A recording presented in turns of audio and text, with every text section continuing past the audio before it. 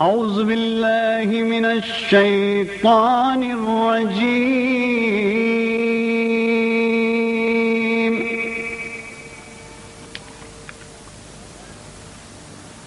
بسم الله الرحمن الرحيم.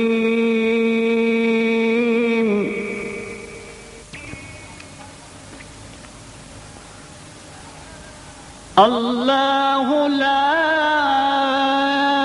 إله إلا هو الحي القيوم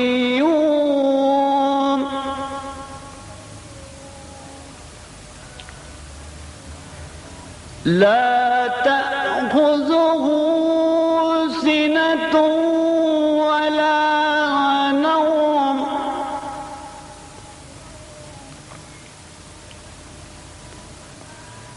له ما في السماوات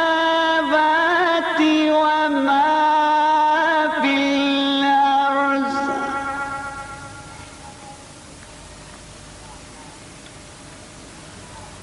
من ذا الذي يشفع عنده إلا بإذنه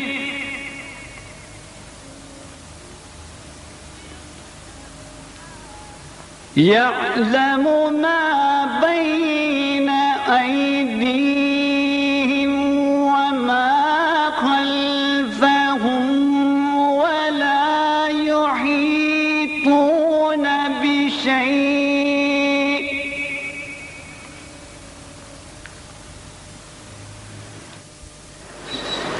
Assalamu alaikum wa rahmatullahi wa barakatuh.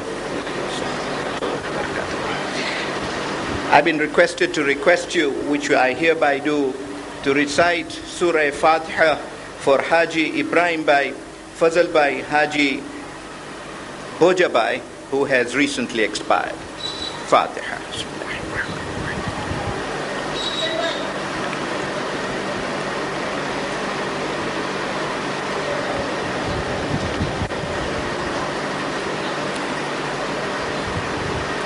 Bismillah.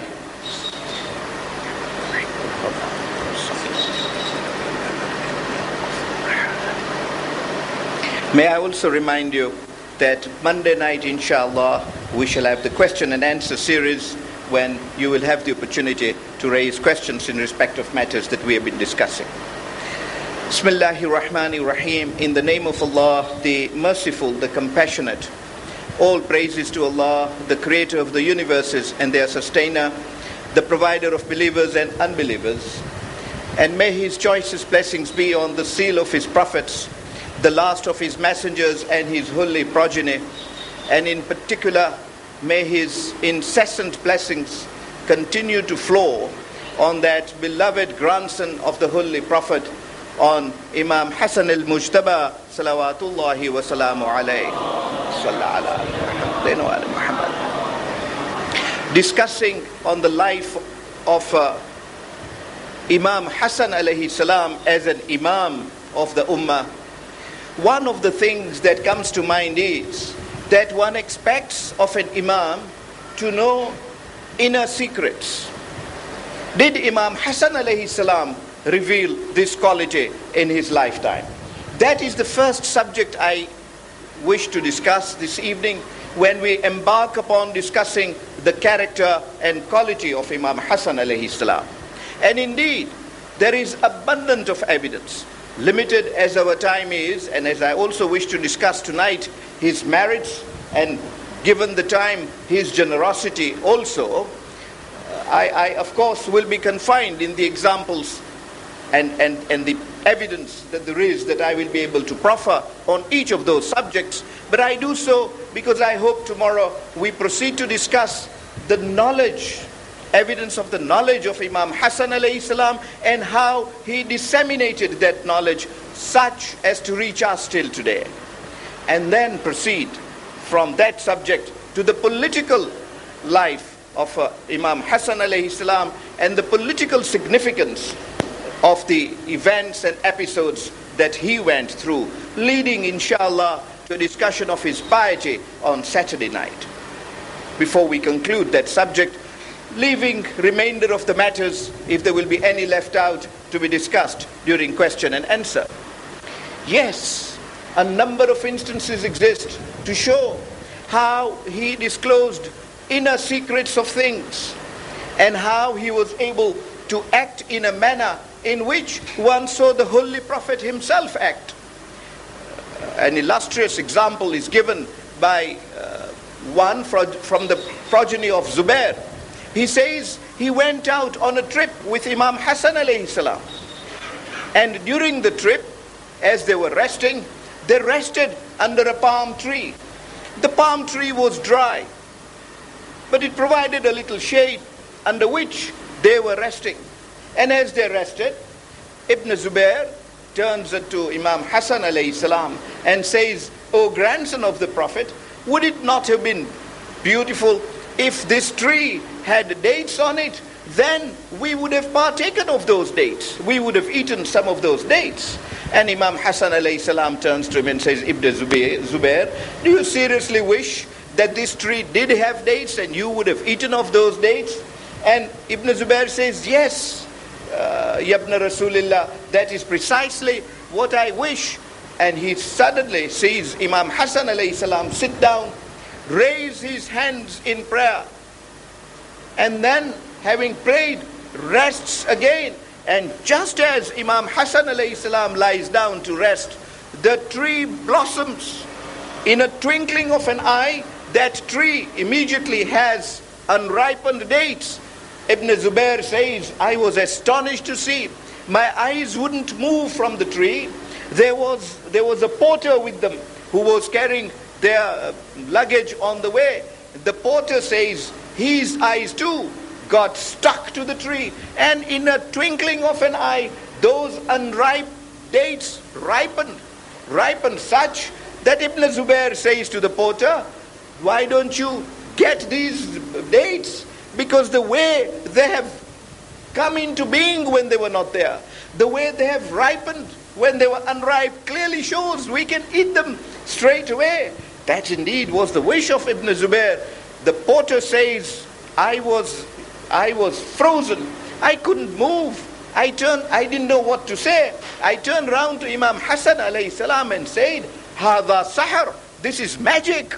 And Imam Hassan alayhi salam immediately says, "Don't say it is magic, because it is not magic." So he says, "Yabna Rasulillah, but what can I say, having witnessed this from you?" And Imam Hassan alayhi salam says, "Say exactly what you did witness. That is the reality, that is the truth of the matter, and that is the path Imam Hassan alayhi salam shows. Say that which your eyes have truly witnessed." So he says, "All I witnessed, Yabna Rasulillah, is that you raised your hands in prayer." And Imam Hassan alayhi salam says, "That is all I did, and that is all that happened." We wanted dates. We cannot get them except from Allah. So I lifted my hands to Allah. And remember one thing, that Allah, and this is absolutely classic, he says, remember, Allah never refuses a dua from a son of a prophet. We have gone through those ahadith already. As I said, I was laying foundation. I wasn't taking your time for nothing. I was laying foundation for these truths, that Imam Hassan alayhi salam was always regarded by the Holy Prophet as a son. And this is how he described himself, that Allah always accepts du'as from the son of a prophet. And this is how he's proved his excellence. And this is reported in Sunnite source. And this is how his reputation developed in his days in Medina and so forth. And one finds a number of such instances. On one occasion, he was sitting at a meeting in Medina, and somebody rushes, interrupts him, and says, "Yabna Rasulillah, your house is on fire. Please go back to your house, because it is on fire. I'm just coming from that area, and I've seen fire from the vicinity of your house. It was clear that your house was on fire." Imam Hassan alayhi salam smiles and says, "Don't be disturbed. My house is not on fire. My house is totally safe." and continues with his address to his people. And the people, of course, had some consternation on that news. Yet they were so sure that if Imam Hassan alayhi salam has said that his house is not on fire and is content to remain where he was, that must be so. Once that address was, nobody dared move then. Once the address was over, they all went towards the house of Imam Hassan alayhi salam, following him there, and saw that his house was totally intact. Absolutely intact, with no fire. There was fire in the adjoining area, but not in his house at all, which was totally unscathed. But a very well-known incident, which I cannot refrain from putting forward, is one reported by Bibi Fatema Zahra alayha salam. She says that Hassan, my son alayhi salam, would go to the mosque and listen to what the Holy Prophet said. He would listen to the commentary by the Holy Prophet on the various verses of Quran. He would listen to the ahadith of the Holy Prophet. And when he would come home, he would narrate them to Bibi Fatema Zahra alayha salam. Bibi Fatema Zahra alayha salam, when Imam Hassan alayhi salam would not be there, would narrate those to Imam Ali alayhi salam. And Imam Ali alayhi salam, in the beginning, would be astonished as to how Bibi Fatema Zahra alayha salam came to know. But after receiving that knowledge of how she came to know, always knew that she got the narrations from Imam Hassan alayhi salam, and would always confirm the correctness and the authenticity in detail of what Imam Hassan alayhi salam had mentioned to her. One day, Imam Hassan alayhi salam came back as usual, and just as he started to speak to his mother and narrate these ahadith which the Holy Prophet has stated, he paused. He paused and found himself tongue-tied. Bibi Fatema Zahra alayha salam says, Ya Hassan, what has happened to you today? Why are you not today telling me what your grandfather mentioned in the mosque? And Imam Hassan alayhi salam says, Oh mother, there is an elder of mine. There is an elder of mine listening to me. And when elders listen, children do not speak. And Bibi Fatema Zahra alayhi salam became surprised, looked into the house and found Imam Ali alayhi salam in the house. The moment she comes back, Imam Hassan alayhi salam started narrating all the ahadith. And when he had finished, Bibi Fatema Zahra alayhi salam says, Hassan, why did you at one stage pause and then start? He said, my father was listening to me. I knew he was in the house. When Bibi Fatema Zahra alayhi salam says he was not visible where he was, he had concealed himself. And the moment Bibi Fatema Zahra alayhi salam went out to see him and saw him, he decided to leave the house. Immediately he left the house. Imam Hassan alayhi salam completed the story. And that kind of knowledge of who is present, who is not present, is but expected of an Imam alayhi salam. I lay this foundation again in respect of matters that we will discuss tomorrow night and on Saturday night, particularly when we come to the political arena. And that quality, exhibiting the kind of etiquette children should have in the presence of their parents, of great importance today. Qualities that we yearn to see in our societies today, and qualities that we would like to see blossom in our society, were indeed taught by Imam Hassan alayhi salam. An episode I put forward not only because it needs to be known, but it kills so many birds with one stone. Indeed, on one occasion, as Ibn Shahr Ashub reports, and Sayyid Bahrani reports, a cow is brought to him. And when the cow is brought, he immediately says, this cow is pregnant. And yet the seller of the cow says, I do not know this. And Imam Hassan alayhi salam not only says she is pregnant, says she is pregnant with a female calf in her womb. Immediately that seller of the cow says, Yabna Rasulillah, this is not a matter within my knowledge. And yet, I will kill this cow now, only to ascertain that matter. And Imam Hassan alayhi salam says, that is a matter within your discretion. You will decide what you do in respect of that matter. He immediately slaughters the cow. The calf is removed from the womb of the cow, and there appears a female calf in it, exactly as Imam Hassan alayhi salam had predicted in respect of this matter. And such examples abound in our books. In particular, a matter with which I would like to conclude is one reported by Abu Huraira in a fantastic way. Abu Huraira says, I was sitting one evening with the Holy Prophet, listening to a hadith from the Holy Prophet.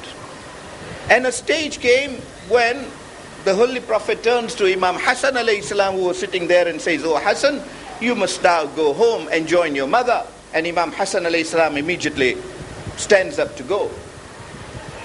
So, Abu Huraira says, he thought the path from the mosque to the house was a little dark, and that therefore Imam Hassan alayhi salam should not move on by himself. He should be accompanied. And Abu Huraira stands up and says, "O Messenger of Allah, I will accompany Hassan to his mother, because it is a little dark." And the Holy Prophet says, "No, Abu Huraira, you sit down here. If Hassan leads light, he will get light." Abu Huraira says, I was a little concerned, because I thought this was a child, and it was dark. I would have needed dark. How about this child getting to the house? And so he says, I kept an eye on Imam Hassan, so that in case he fell or so, I would go to his help. And he says, as I kept an eye, I suddenly saw light from nowhere. There was no lamp. Suddenly I saw light making brilliant the path of Imam Hassan alayhi salam. And Imam Hassan alayhi salam walked on, and the light would move ahead of him the moment he went further, as though there was a person holding a torch. And the light would disappear until I found that he entered the house of his mother.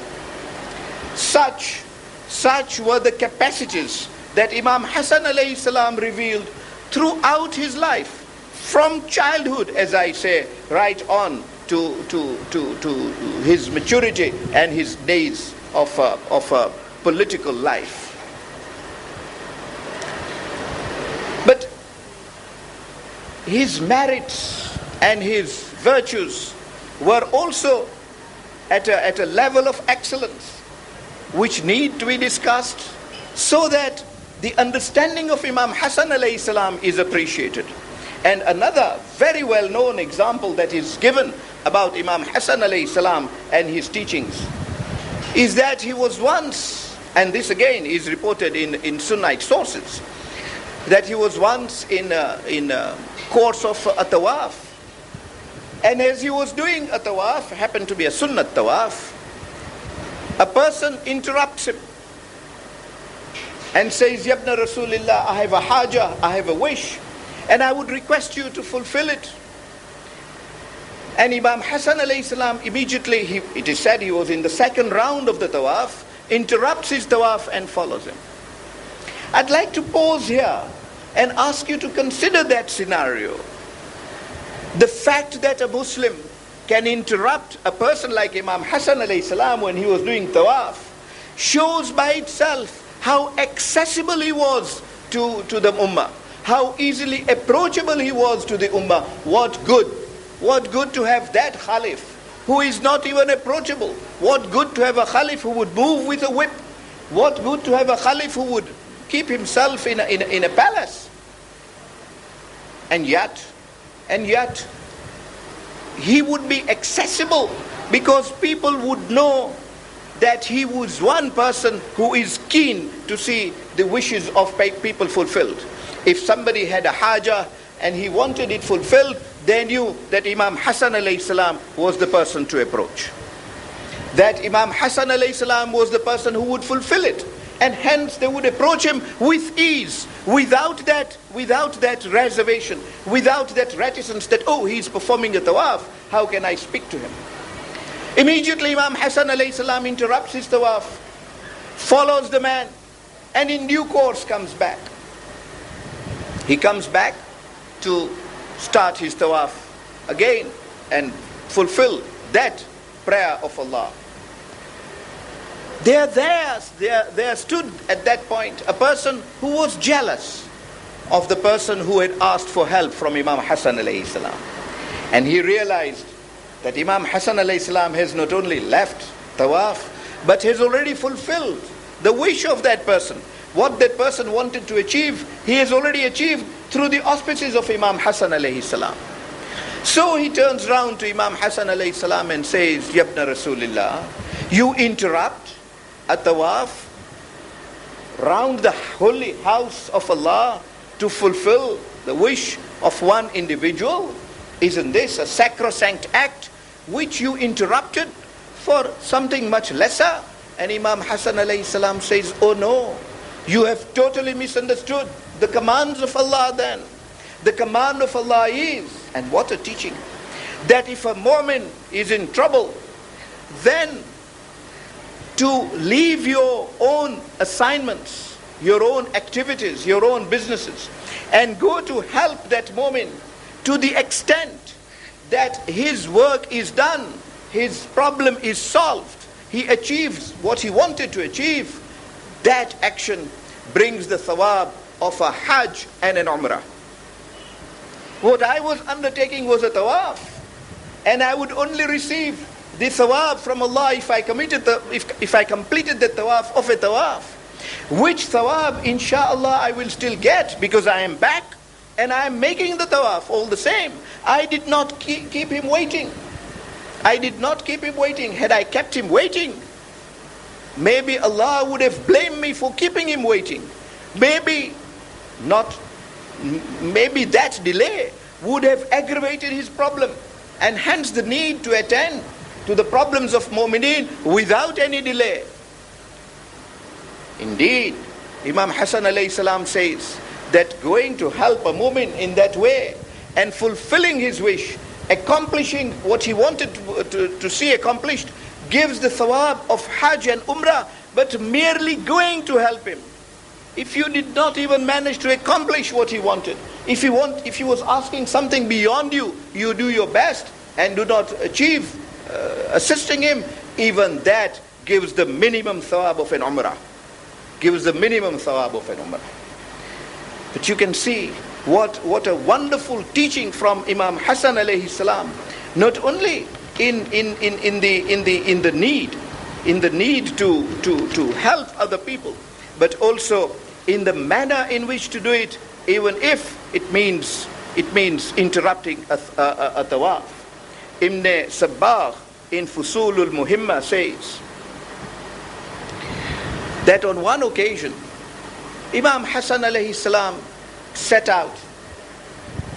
One of the virtues that is very well known of Imam Hassan alayhi salam, he set out from his home decently dressed in clean clothes and having put atar on, because from where he was going to the mosque also. And on the way he confronts a Jew. That Jew appeared in tattered clothes, appeared to have marks on his chest of containers of water. He was carrying water, supplying water to the homes. And on that day too, he had heavy load, carton full of water that he was taking. And he appeared to be tanned with sun because he was working during the day in the heat of the sun. Seeing Imam Hassan alayhi salam decently dressed and moving in the way he was moving, he stops him because he gets confused, he gets emotional about it all. Stops Imam Hassan alayhi salam and says, Yabna Rasulillah, what is this? Your grandfather has narrated a hadith which says, Ad-dunya Sijnul Mu'min. Ad-dunya Sijnul Mu'min wal Jannatul Kafir. That the world is a prison for the believers and is a heaven for the non-believers. But look at you. You are a believer and you are properly dressed. You are properly, respectably moving around. You are fed. Look at me. I am sick. I am poor. I don't even have enough clothes to wear. How do you reconcile this when you are the mu'min and I am the kafir, implying as it were that the world is a Jannah for you and a prison for me? Exact opposite of what the Holy Prophet was saying. And Imam Hassan alayhi salam promptly replies to him and says to this Jew, you have totally misconstrued that particular hadith. What it says is absolutely true. But what it says is this, that even in the condition in which I am, this world is a prison for me. And in the condition in which you are, this world is a heaven for you. So the Jew says, how does that come about? Imam Hassan alayhi salam says, and how truly, that what I have in this world is absolutely nothing compared to what Allah has reserved for me in heaven. Where I go to heaven, I will indeed find that I was in prison in this world. Because heaven contains things which no eyes have seen, which no ears have heard of, and no mind can even conceive. That is what paradise has, waiting for the mu'min, for those who are believers. And for the non-believers, for the kafirs, Allah says, وَأَعْتَدْنَا لِلْكَافِرِينَ سَعِيرًا, and we have prepared brazening hot fire for the unbelievers. What you are going through here is a heaven for you. Where it is compared to what you will go through when you are in hell. This heat you are talking about is indeed heavenly compared to the heat of the fire of hell. All this that you are going through is a blessing for you. This poverty that you are talking about is nothing compared to a situation in which these bones that you are complaining about will be the firewood which will produce the fire in hell to keep everybody else in hell and yourself. And when this person hears that, indeed he gets shaken. He realizes the truth and the depth of that hadith from the Holy Prophet. What one is amazed at is the way in which Imam Hassan alayhi salam explained that hadith and explained to us what we are going through, because there are times when we too feel like that, to remind us that this is but a prison for us, and the stages we go through are the stages of prison. And indeed we are confined at any given time. We are confined to one given space. We are confined to one given set of food. Heaven will be different.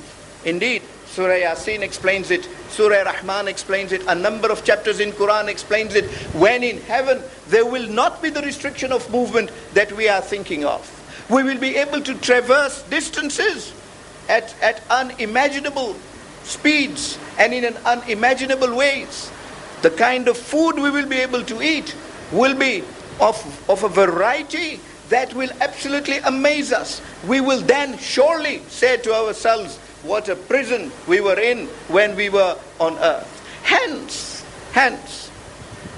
the anxiety of those who are anxious to move on to heaven is because of what they have in this world.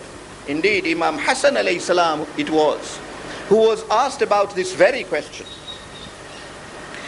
And inshallah we shall embark tomorrow on how he propagated knowledge and how much knowledge he had to give out. In particular, inshallah, we shall discuss that conversation which he had with Nabi Khizr, which is very illuminating.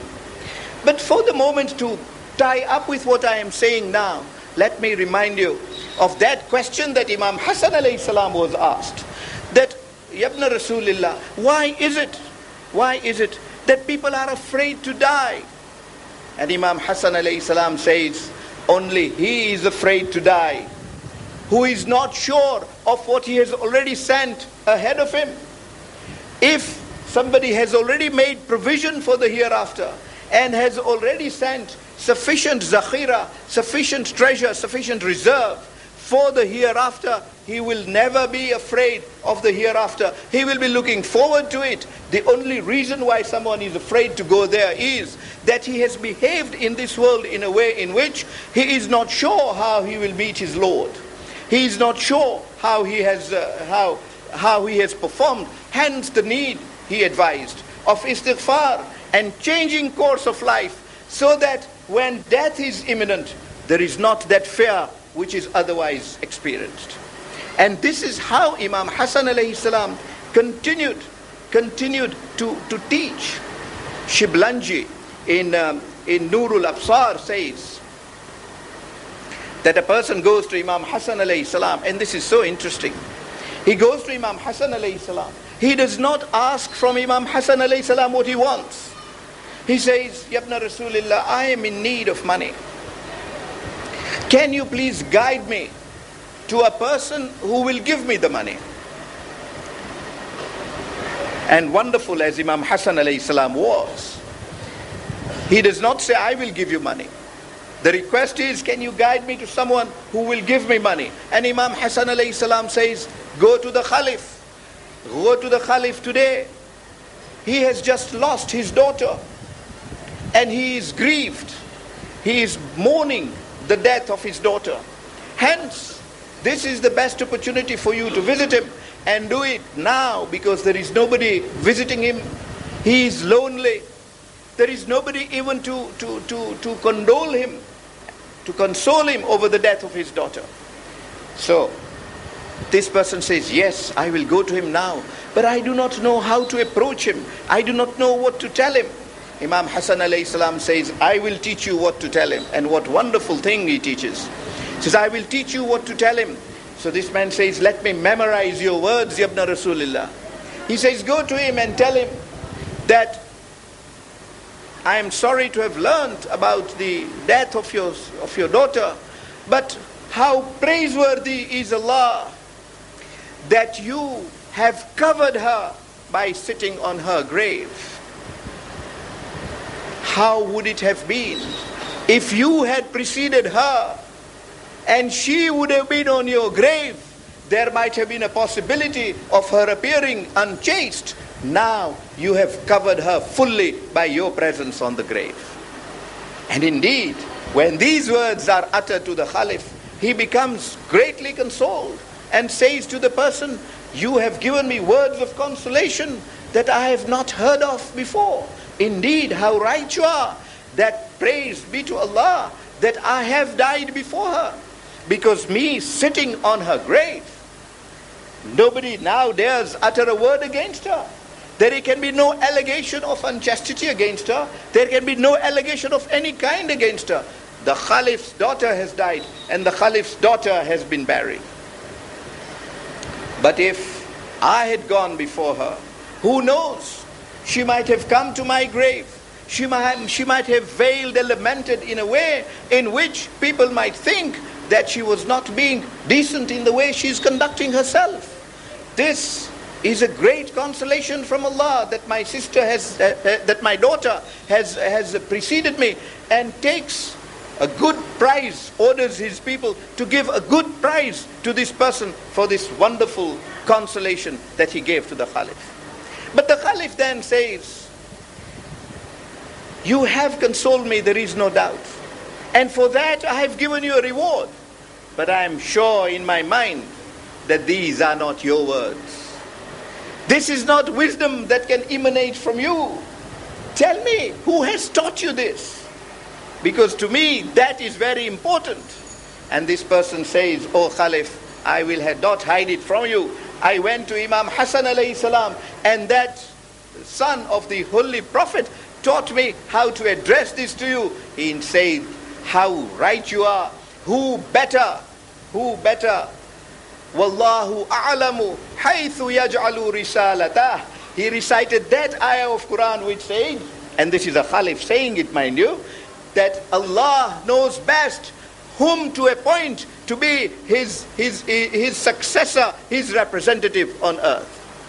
Yaj'alu risalata. He knows best on whom to send his messages that he wants to convey to his creatures. And he says to this person, for telling me this truth and for having gone to Imam Hassan alayhi salam to obtain advice on how to talk to me, you are entitled to yet another reward, and gave him another packet of money. So you can see how that poor person was rendered rich. The Khalif was made consoled. But what is more, that knowledge, that depth of wisdom as to the functioning of Allah, that is the important aspect, that Allah knows best. We just recited Surah Yasin for one of our Mu'mineen brothers who passed away 2 days back. We recited Surah Fatema for him. And of course we are grieved that a Mu'min brother has left. But that grief of course must be there because we part from him. But in every such departure of a person, Imam Hassan alayhi salam therefore teaches, there is a good lesson, and Allah knows best whom to take first, who should precede and who should follow. A consolation that was by way of a statement to a Khalif, but reported to us becomes a lesson for us all the way through, that Allah knows best, and the one who goes earlier can cover, the one who goes later can cover the one who has gone earlier, and how well Allah functions in respect of all these matters and fulfills his wishes. But Imam Hassan alayhi salam is very well known in respect of another hadith, which again covers a number of points of his life in one hadith. And is very well known too, but is worth setting out again. It is said that there was a person in Damascus who absolutely hated, ma'adallah, both Imam Ali alayhi salam and Imam Hassan alayhi salam. And this is all prompted by Muawiyah. He instigated this hate, this anger, this feeling of unpleasantness against them, only to be able to dominate on a throne which never belonged to him. This person chances to come to Medina, and as he enters Medina, whom does he meet? He sees Imam Hassan alayhi salam. And the moment he sees Imam Hassan alayhi salam, his bile erupts, he's not able to control himself. So he vomits a barrage of abuses against both Imam Ali and Imam Hassan alayhi salam. Reporters say, Ibn Shahr Ashub reports this, and it is also reported in Sunnite sources, that the people around there were stunned. They wanted to see how Imam Hassan alayhi salam would react to this. How would he answer him? How would he deal with that situation? And Imam Hassan alayhi salam stood there cool and collected. He listened to that barrage of abuses. And when that man finished to take a breath, Imam Hassan alayhi salam turns to him and says, "O Shami, O man from Damascus, you appear to be a traveler. Is there any need you have? Do you need to rest from your journey? I will take you to my house and give you that rest and comfort. Do you need food? You must be hungry after a journey. Come along to my house, I will give you food. You must be thirsty, I will give you water. You might need a ride back, I will give you a horse to ride on. You might be in need of funds, I will supply you with funds that you need. You must have come to Medina or on a purpose, I will help you fulfill your business. I will help you accomplish your wishes. And all I request is, come home so that we can discuss all these needs, and I can see that they are fulfilled in good time, so that you are able to leave Medina at your appointed time in the manner that you would have liked to see done. And this person immediately comes off his horse, embraces Imam Hassan alayhi salam, and says, all that I had heard about you was false.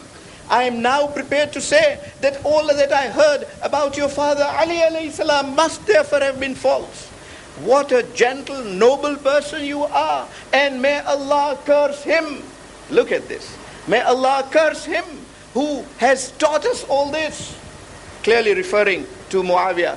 Indeed, Allah knows best, where quotes that ayah of Quran again, knows best. Allahu a'lamu haythu yaj'alu risalatah.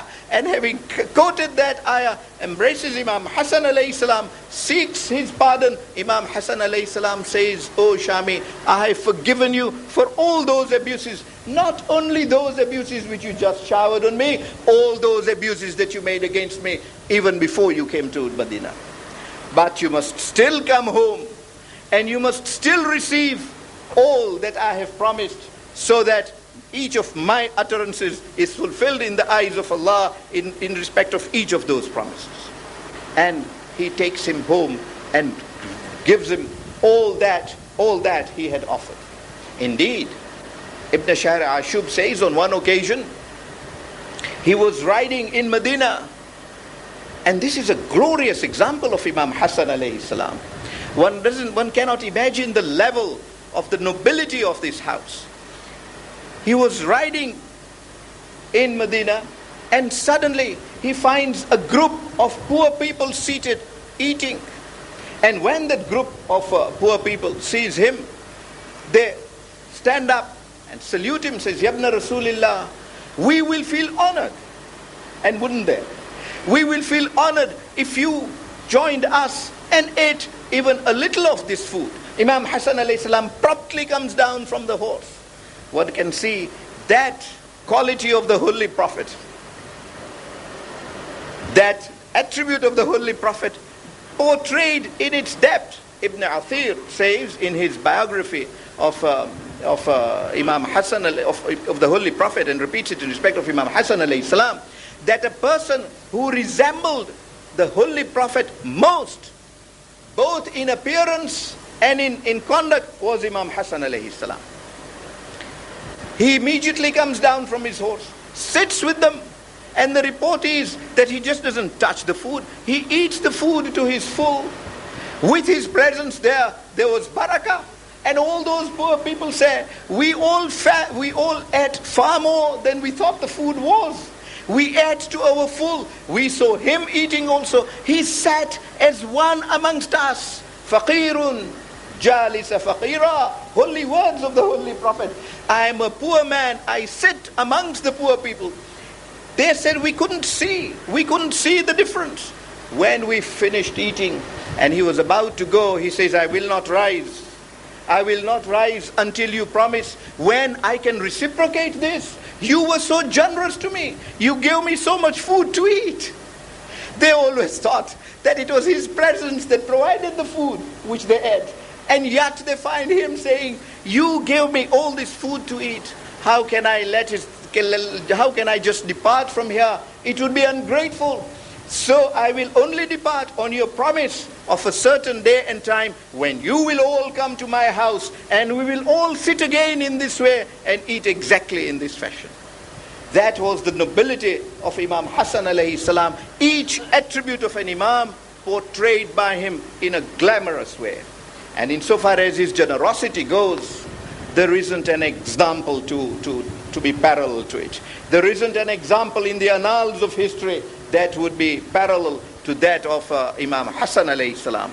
Indeed, Ibn Sabbagh in Fusul al-Muhimma says that charity was deep-rooted in him. One almost felt that charity flowed in him. This is a Sunnite scholar saying. One almost felt that charity was in his bones, was deep-rooted in him, flowed in his blood. As he lived the charity.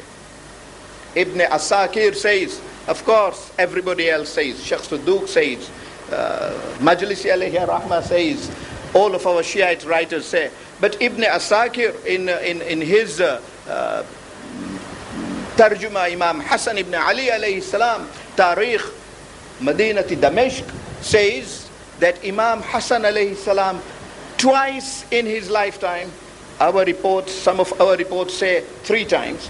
Ibn Asakir says twice in his lifetime he accumulated all his belongings, all his wealth, and half it exactly, half of it went to the fukara, to the poor on the spot. He only retained the other half. Can you imagine a person giving away half of his property in the path of Allah just like that for the pleasure of Allah? Indeed, Ibn Asakir says that as his property kept being divided, if there were 2 pairs of shoes, 1 pair would go. A stage was reached when there were a pair of na'alain, a pair of sandals was left. Just 1 pair. Imam Hassan alayhi salam says, divide that too. Give 1 of those away. Just keep 1 for me in the house. Division to that extent. And twice, perhaps thrice in his lifetime, he gave away all he had in that way. Indeed, it is said that on one occasion, a poor person goes to him and says, Yabna Rasulillah, I have come to you so that you make me rich. He turned round and gave him 200,000 dirhams at a go, only so that he makes this person rich. Numerous ahadith follow. Once he was going through a garden, he saw a black person who was a slave of the owner, Aban bin Uthman, with a loaf of bread in his hand. He was eating 1 morsel and giving 1 morsel to a dog. Imam Hassan alayhi salam watched this. You can see this mercy even to the animals. Turns round to this slave and says, I see that you are dividing so justly this loaf of bread. You are eating only as much as you are giving to this dog. You are not treating this dog unfairly at all. What makes you do this? And the slave turns to Imam Hassan and says, Yabna Rasulillah, when I gave the first morsel and the eye of the dog caught my eye, I became ashamed to him. I saw that he needed it as much as I need it. I couldn't bear that I should eat more than him, because I would be ashamed in his eyes as he looked at me if I did that. Imam Hassan alayhi salam, so pleased with that he asks him, whose slave you are? He says, Aban bin Uthman. He says, whose garden is this? He says, Aban bin Uthman. He calls over Aban bin Uthman. He purchases the garden straight away and the slave. He tells the slave, you are now free. You can go, and this garden is also gifted to you. The slave says, Yabna Rasulillah, I am not used to such riches. I am not used to such life. I will take my freedom and pray for you, and may Allah reward you for this. The garden, I gift it back to you. That is Hassan bin Ali alayhim as-salam. And that is how he operated amongst his people. Indeed, I must conclude on this, but will not until I tell you one more version.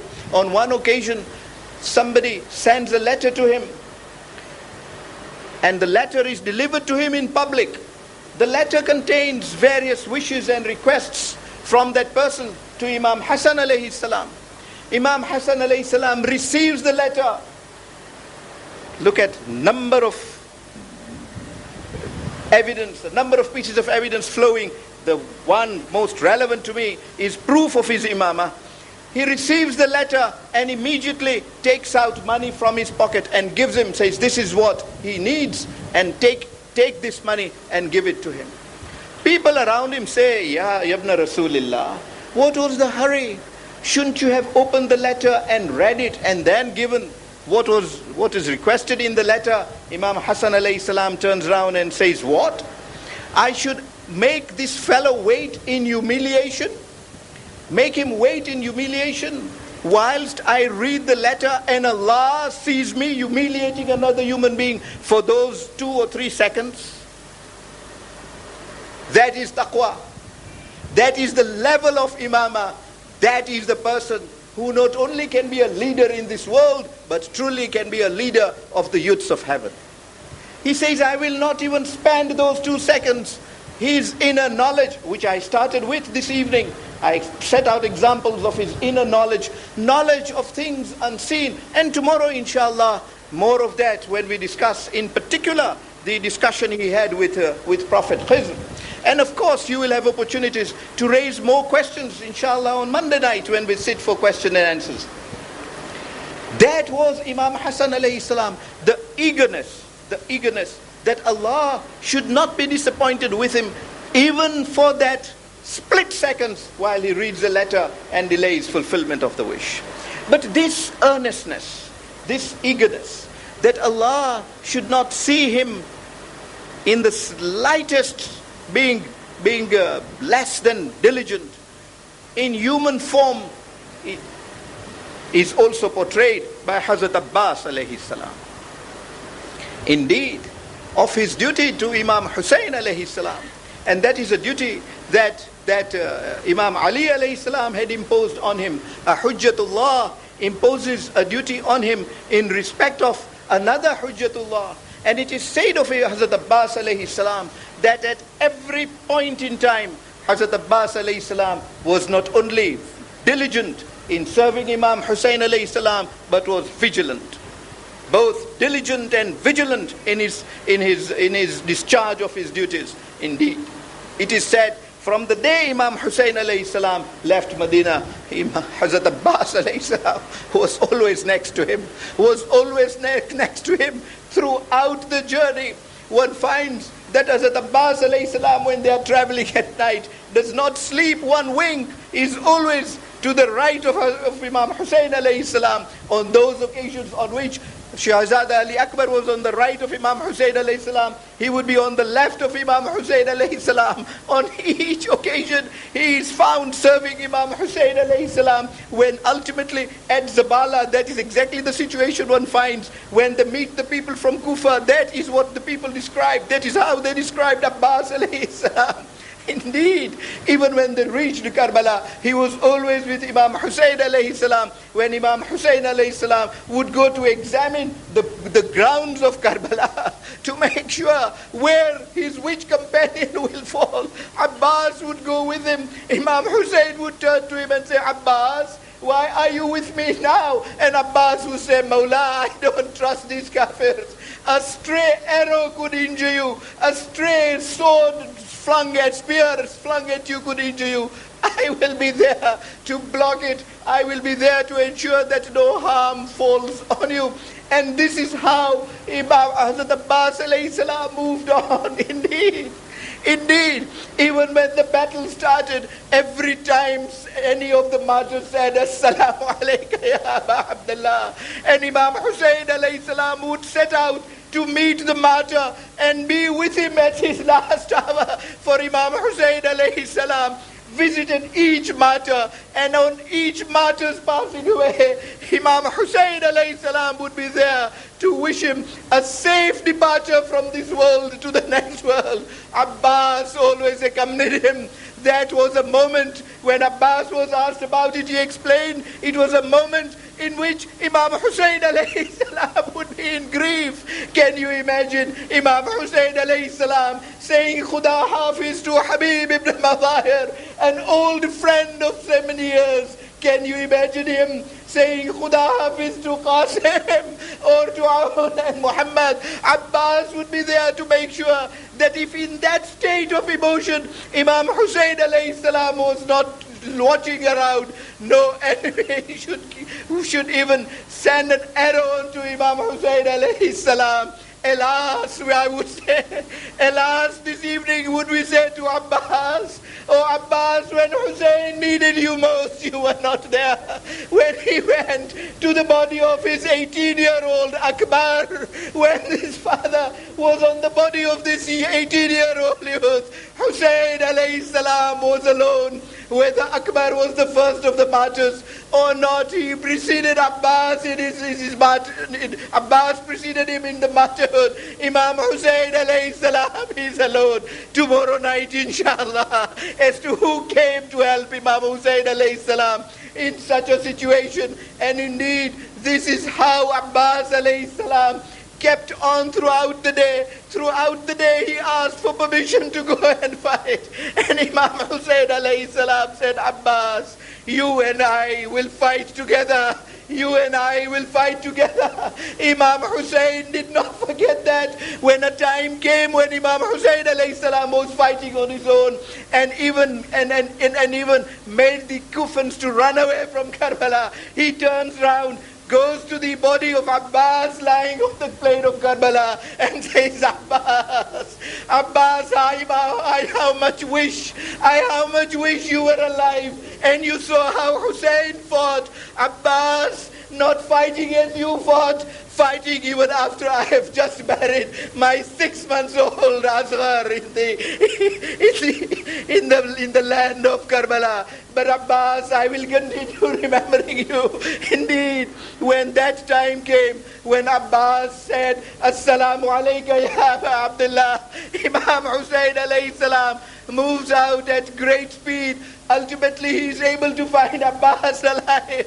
The diligence and vigilance of Abbas, seen even at this stage, turns round to Imam Hussain and says, Oh my master, I've always looked with you with reverence. When I was born, I first saw you.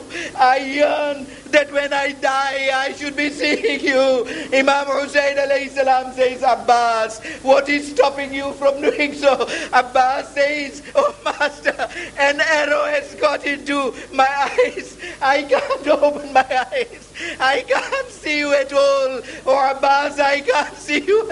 Oh master, I can't see you at all. Imam Hussain alayhi salam gathers courage. You can imagine the courage, the sabr of Imam Hussain. He removes that arrow from the eye of Abbas, cleans the blood in the eye of Abbas. Abbas looks at Imam Hussain alayhi salam and says, Assalamu alayka ya Mawla.